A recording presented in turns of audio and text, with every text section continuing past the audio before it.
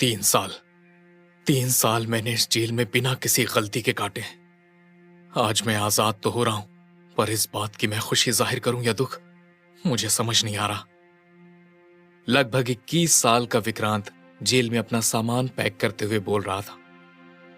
उसके सामने बैठा एक और कैदी ओंकारनाथ, जो काफी उम्रदार था, विक्रांत की बातें सुन रहा था। ओंकारनाथ की लंबी सी दाढ़ी थी, जो अब उम्र के साथ साथ सफेद हो चुकी थी। उसने मुस्कुराते हुए विक्रांत से पूछा, क्या सोचा है विक्रांत? क्या करोगे बाहर जाकर? विक्रांत ने एक गहरी सांस ली और बोला, जिसके लिए मैं यहां आया था, मेरी श्रुति, बाहर निकलते उससे शादी करूंगा और एक नई जिंदगी की शुरुआत करूंगा। श्रुति भी बेसब्री से मेरा इंतजार कर रही होगी। उसकी बात सुनकर ओंकारनाथ ने कहा, जरूरी नहीं है कि तुम जैसा सोच रहे हो वैसा ही हो, पर हां, एक नई शुरुआत तो जरूर होगी। विक्रांत ओंकारनाथ की बात समझ नहीं पाया। उसने अपना बैग उठाया और चलने के लिए तैयार हो गया। तभी ओंकारनाथ ने अपनी उंगली से एक रिंग निकाली और विक्रांत की तरफ बढ़ाते हुए कहा, ये लो, इस रिंग को पहन लो और इसे हमेशा अपने पास रखना। रिंग? पर यह किस लिए? विक्रांत ने रिंग लेते हुए पूछा। ओंकारनाथ ने जवाब दिया, तुम्हें जल्द ही पता चल जाएगा, फिलहाल इसे पहन लो। विक्रांत ने रिंग ले ली और जैसे ही उसने रिंग पहनी, उसे एक जोर का झटका सा लगा। ओंकारनाथ ने विक्रांत के कंधे पर हाथ रखते हुए कहा, तुम्हारी जिंदगी बदलने वाली है विक्रांत। ओंकारनाथ क्या कहना चाहता है, यह विक्रांत को कुछ समझ तो नहीं आया, पर वो रिंग को देखकर विक्रांत मुस्कुराया। उसके रिहा होने का टाइम हो गया था, इसलिए ओंकारनाथ को अलविदा कहकर जेल से बाहर निकल गया। इन 3 सालों में जेल में विक्रांत से कोई भी मिलने नहीं आया था। जेल में भी वो सिर्फ ओंकारनाथ से बात करता था। विक्रांत के अलावा सभी कैदी ओंकारनाथ को पागल समझते थे। दरअसल ओंकारनाथ एस्ट्रोनॉमी, जियोग्राफी और फोरेंसिक मेडिसिन, आयुर्वेद के बारे में बहुत कुछ जानता था, लेकिन जब वो कैदियों को इस बारे में बताता था तो कोई भी उसका यकीन नहीं करता था। ओंकारनाथ ने इन 3 सालों में विक्रांत के मेडिटेशन और अल्टरनेटिव मेडिकल स्किल को इंप्रूव करने के लिए बहुत प्रैक्टिस करवाई थी। जेल से निकलकर विक्रांत अपने घर पहुंच गया। उसने झिझकते हुए दरवाजा खटखटाया। विक्रांत की मां अनीता पाठक ने दरवाजा खोला। उन्होंने एक काला चश्मा पहना था। ऐसा लग रहा था कि वो कुछ देख नहीं सकती थी। हाथों से टटोलते हुए अनीता ने पूछा, कौन कौन है?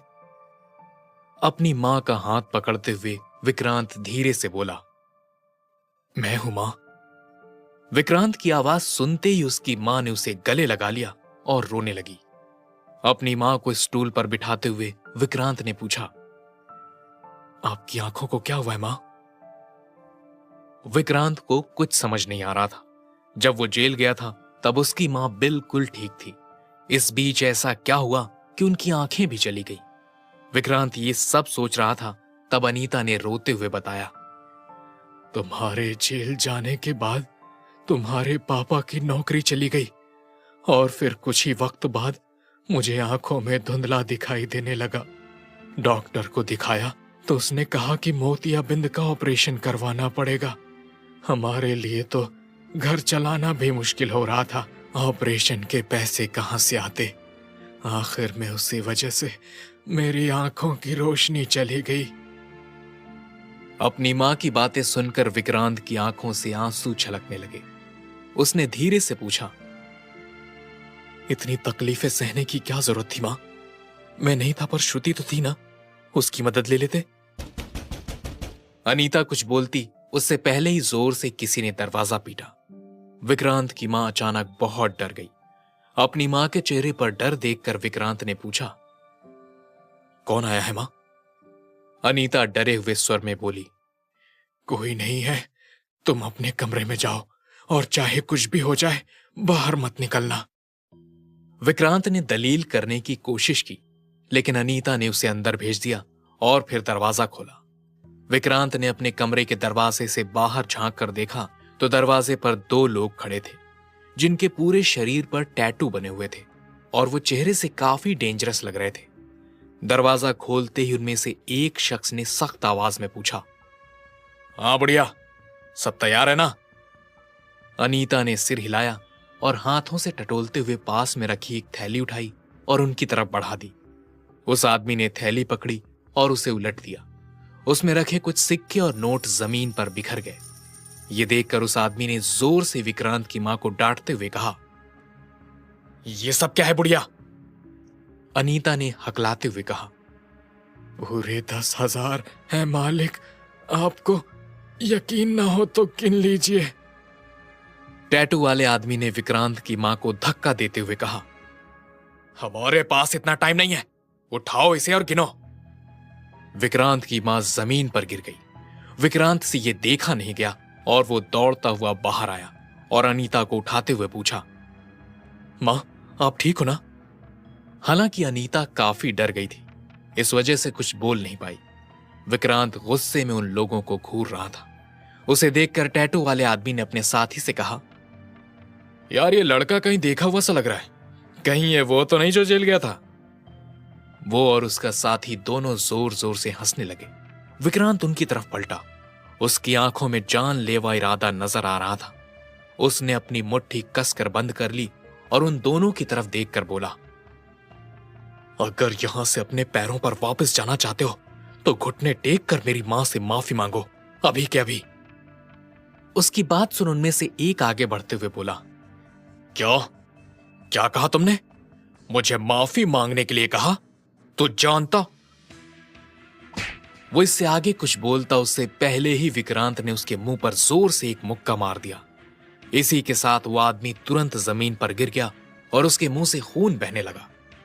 उसका साथी विक्रांत पर हमला करने के लिए जैसे ही आगे बढ़ा, विक्रांत ने उसका एक हाथ पकड़ लिया और लगातार उसे 5-7 मुक्के जड़ दिए, जिस वजह से उस आदमी की आंखों के सामने कुछ पलों के लिए अंधेरा छा गया।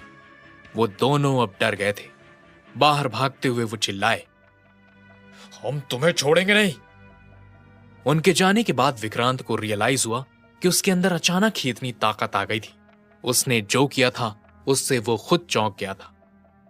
विक्रांत, मैंने तुम्हें बाहर आने के लिए मना किया था ना? तुम आज ही जेल से छूटे हो। अगर तुम्हें फिर से कुछ हो गया तो हमारा क्या होगा? सोचा है कभी तुमने? अनीता ने उसे टोका। इसी के साथ विक्रांत अपने ख्यालों से बाहर आया और जमीन पर बैठकर अपनी मां के घुटनों पर हाथ रखकर बोला, आप चिंता मत करो मां, कुछ नहीं होगा। अब मैं बाहर आ गया हूं, मैं सब कुछ ठीक कर दूंगा। यह कहकर विक्रांत जमीन पर बिखरे हुए पैसे उठाने लगा। तभी दरवाजे पर एक बुजुर्ग सा व्यक्ति आया, जिसने मैले पुराने कपड़े पहने हुए थे। उसकी हल्की सफेद दाढ़ी थी। ये विक्रांत के पिता संजीव पाठक थे। विक्रांत को देखते ही वो उस पर ताना मारते हुए बोले, ओहो, साहबजादे बाहर आ गए। अरे अनीता, इसकी अच्छी तरह से स्वागत किया या नहीं? अरे लोगों के बच्चे देश विदेश से पढ़कर लौटते हैं और हमारा बेटा जेल से सजा काट कर लौटा है। विक्रांत नजरें झुकाकर सुन रहा था। उसे लगा कि अगर वो घर में रुका तो उसके पिता उसे ताने देते रहेंगे, इसलिए उसने अपनी मां को जमीन से उठाकर सोफे पर बिठाया और धीरे से कहा, मां, मैं श्रुति से मिलने जा रहा हूं। श्रुति का नाम सुनते ही उसके पिता संजीव के हाव भाव बदल गए। गुस्से में वो बोले, कहीं जाने की जरूरत नहीं है। उस लड़की की वजह से ही हमारी ये हालत हुई है, और वैसे भी उससे तुमसे कुछ लेना देना नहीं है। वो तो धूमधाम से शादी कर रही है। संजीव की बात सुनकर विक्रांत को लगा कि शायद उसने गलत सुना। वो कुछ पूछता उससे पहले ही उसके पिताजी फिर बोल पड़े, सही सुना तुमने, उसकी शादी है आज। ये सुनकर विक्रांत दंग रह गया। उसे अपने कानों पर यकीन नहीं हो रहा था। अचानक उसे गुस्सा आया और वो घर से बाहर निकल गया। विक्रांत को यकीन नहीं हो रहा था कि श्रुति उसके साथ ऐसा कर सकती थी। वो दौड़ता हुआ उसके घर की तरफ जाने लगा। रास्ते में उसने देखा उसकी रिंग में अचानक से लाल रंग चमकने लगा। विक्रांत रिंग की तरफ हैरानी से देख रहा था। तभी एक सफेद कार स्पीड में आई और विक्रांत को टक्कर मार दी। विक्रांत कुछ फीट दूर जाकर गिरा। वो कार एक लड़की संध्या शाह ड्राइव कर रही थी। वो तुरंत बाहर निकली और गुस्से से विक्रांत को घूरते हुए बोली, इडियट, देखकर नहीं चल सकते क्या? विक्रांत उठा और दर्द भरी आवाज में बोला, ओह पापा की परी, ज्यादा चपड़ चपड़ मत करो। तुम्हारी गाड़ी में ब्रेक नहीं था क्या? अगर मुझे कुछ हो जाता तो? विक्रांत का जवाब सुन संध्या और भी ज्यादा गुस्से से बोली, मुझसे इस तरह बात करने की तुम्हारी हिम्मत कैसे हुई? उन दोनों की बहस चल रही थी, तब संध्या की गाड़ी का दरवाजा खुला और सूट पहना हुआ एक अधेड़ उम्र का आदमी उदय शाह बाहर निकला। दिखने में वो काफी अमीर और बीमार आदमी लग रहा था। संध्या तुरंत उसके पास गई और उसे सहारा देते हुए बोली, डैड, आप बाहर क्यों आ गए? मिस्टर शाह ने हांफते हुए कहा, जल्दी चलो, हमें तुरंत हॉस्पिटल पहुंचना होगा। संध्या ने अपने बैग से एक नोटों की गड्डी निकाली और विक्रांत की तरफ फेंकते हुए बोली, इसे उठाओ और निकलो यहां से। तुम्हारे साथ बहस करने का मेरे पास बिल्कुल टाइम नहीं है। कहकर संध्या अपने पिता उदय को वापस गाड़ी में बिठाने जा रही थी, तभी अचानक विक्रांत बोला, हॉस्पिटल जाने का कोई फायदा नहीं है, बहुत देर हो चुकी है। इनका लेफ्ट लंग बहुत ही बुरी हालत में है, जिस वजह से इन्हें सांस लेने में कठिनाई हो रही है। लेकिन इस बीमारी का इलाज किसी डॉक्टर के पास नहीं है। विक्रांत की बात सुनते ही संध्या का पारा चढ़ गया। उसने गुस्से में कहा, क्या बकवास कर रहे हो? हमें अभी लेट हो रहा है, वरना तुझे मुंह तोड़ जवाब देती। चलिए डैड। तब उदय ने संध्या से कहा, एक मिनट संध्या, मुझे इनसे बात करने दो। इतना कहने के बाद उसने विक्रांत से हांफते हुए कहा, तुमने कहा कि किसी डॉक्टर के पास इस बीमारी का इलाज नहीं है। इसका यही मतलब है कि तुम्हारे पास इस बीमारी का इलाज हो सकता है, तो क्या तुम मेरा इलाज कर सकते हो?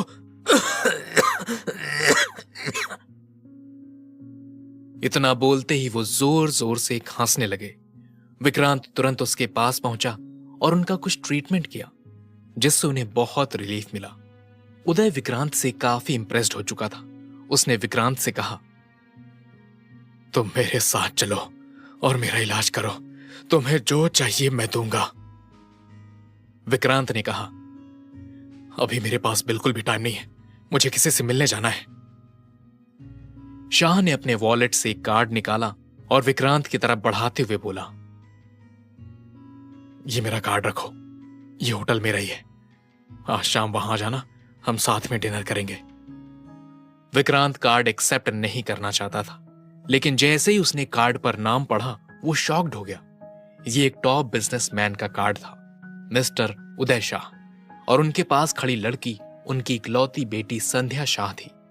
विक्रांत ने कार्ड ले लिया और बोला, मुझे अभी निकलना होगा, मैं शाम को आपसे मिलने आऊंगा। मिस्टर शाह ने मुस्कुराते हुए कहा, ओके, मैं वेट करूंगा। और संध्या के साथ गाड़ी में बैठकर वहां से निकल गया। विक्रांत भी श्रुति के घर जाने के लिए आगे बढ़ गया। जेल से निकलने के बाद जो कुछ हुआ था, उससे विक्रांत खुद हैरान था। पहले उसने उन खतरनाक गुंडों को मार भगाया था और अब इस अधेड़ उम्र के आदमी की असली बीमारी परख ली। यहां तक कि उसे टेम्परेरी ट्रीटमेंट भी दी। विक्रांत को ऐसा लग रहा था जैसे उसके पास अलग अलग तरह की शक्तियां आ गई हैं। चलते चलते उसकी नजर अपनी उंगली में पहनी अंगूठी पर पड़ी, जो उसे ओंकार नाथ ने दी थी। विक्रांत को रियलाइज हुआ कि कहीं ये सब इस अंगूठी का तो कमाल नहीं। इन्हीं सब ख्यालों में वो श्रुति के घर पहुंच गया। उसके घर की सजावट देखकर विक्रांत की धड़कनें तेज हो गईं। जैसे ही विक्रांत अंदर जाने लगा, सामने से श्रुति की मां माधवी आ गई। विक्रांत को देखते ही उसका चेहरा गुस्से से लाल हो गया। वो जल्दी से विक्रांत के पास पहुंची और बोली, तुम्हारी हिम्मत कैसे हुई यहां आने की? आज मेरी बेटी की शादी है और मैं नहीं चाहती कि वो तुम जैसे क्रिमिनल का चेहरा देखे। निकल जाओ यहां से। उसकी बातें सुनकर अब विक्रांत को समझ आ गया कि श्रुति की शादी की बात सच थी। विक्रांत ने गुस्से में श्रुति की मां माधवी को घूरते हुए कहा, मेरे रहते श्रुति किसी और से शादी कैसे कर सकती है? मुझे पता है तुम लोग जबरदस्ती उसकी शादी कर रहे हो। इतना कहकर वो अंदर घुस गया और जोर से चिल्लाया, श्रुति, श्रुति! सामने से दुल्हन का जोड़ा पहने श्रुति बाहर निकली। उसको देखते ही विक्रांत ने कहा, श्रुति, मैं आ गया हूं, अब तुम्हें किसी से भी डरने की जरूरत नहीं है।